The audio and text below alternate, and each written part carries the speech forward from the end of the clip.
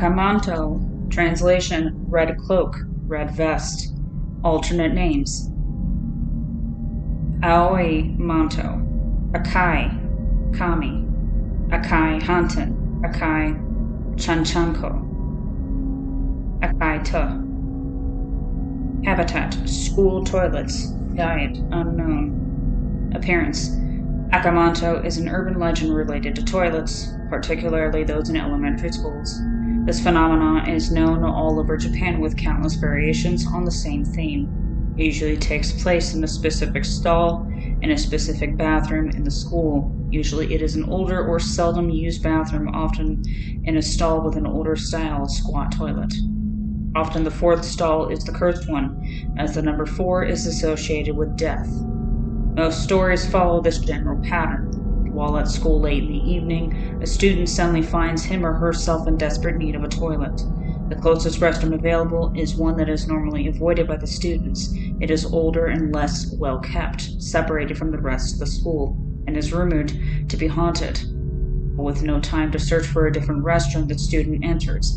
He or she does their business, and when they have finished, they reach for the toilet paper only to find that there is none. Then they hear a strange voice. Do you want red paper or blue paper? The student answers, red paper, and a moment later is stabbed and sliced up so violently that blood sprays everywhere, soaking their body and making it look as if they were wearing a bright red cloak. Sometime later, another student finds him or herself in need of a toilet in a similar situation. They know the rumors that a student died in the restroom, but they have no choice and use the bathroom anyway. Sure enough, a voice asks them, red paper or blue paper? Remembering the legend, the student says, blue paper. Then all the student's blood is sucked out of their body, leaving them dead and blue-faced on the floor. Plenty of variations of this legend exist, each with minor differences. The true identity of Akamanto is one of these. Sometimes it is said to be a person hiding in the adjacent stall, a serial killer in many stories. Other times it is a ghost who appears as a tall man with a sickly bluish-white face. In some places it is even blamed on a hairy yokai called a kainade, who lives in the toilet and likes to stroke people's rear ends with its hand. In the kainade's case, the end result is markedly less violent.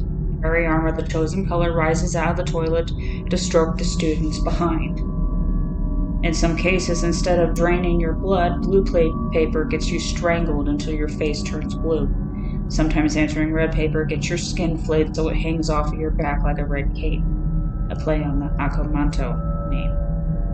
In other versions, instead of being killed, the student's skin color would change permanently to whatever color he or she chose. Sometimes those who survive and tell the story to others fall terribly ill and die shortly after. Sometimes the consequences are worse than death, such as being dragged into the netherworld, never to be seen again.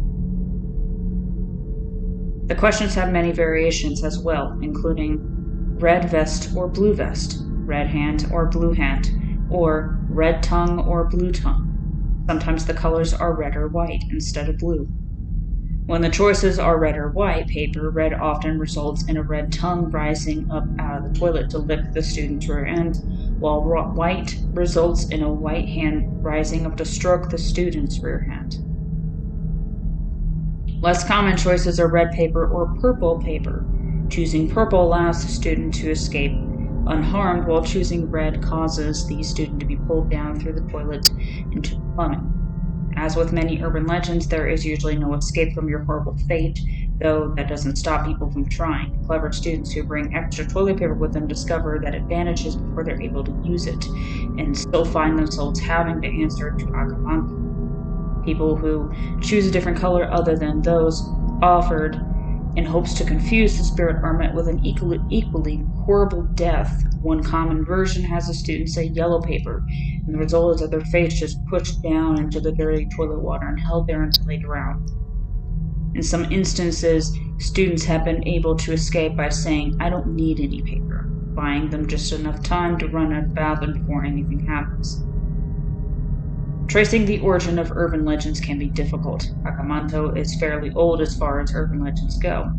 It is recorded as a popular schoolyard rumor as early as the 1930s, and its popularity hasn't faded, even as newer toilet legends, such as Tora no Hanako-san, have come into existence.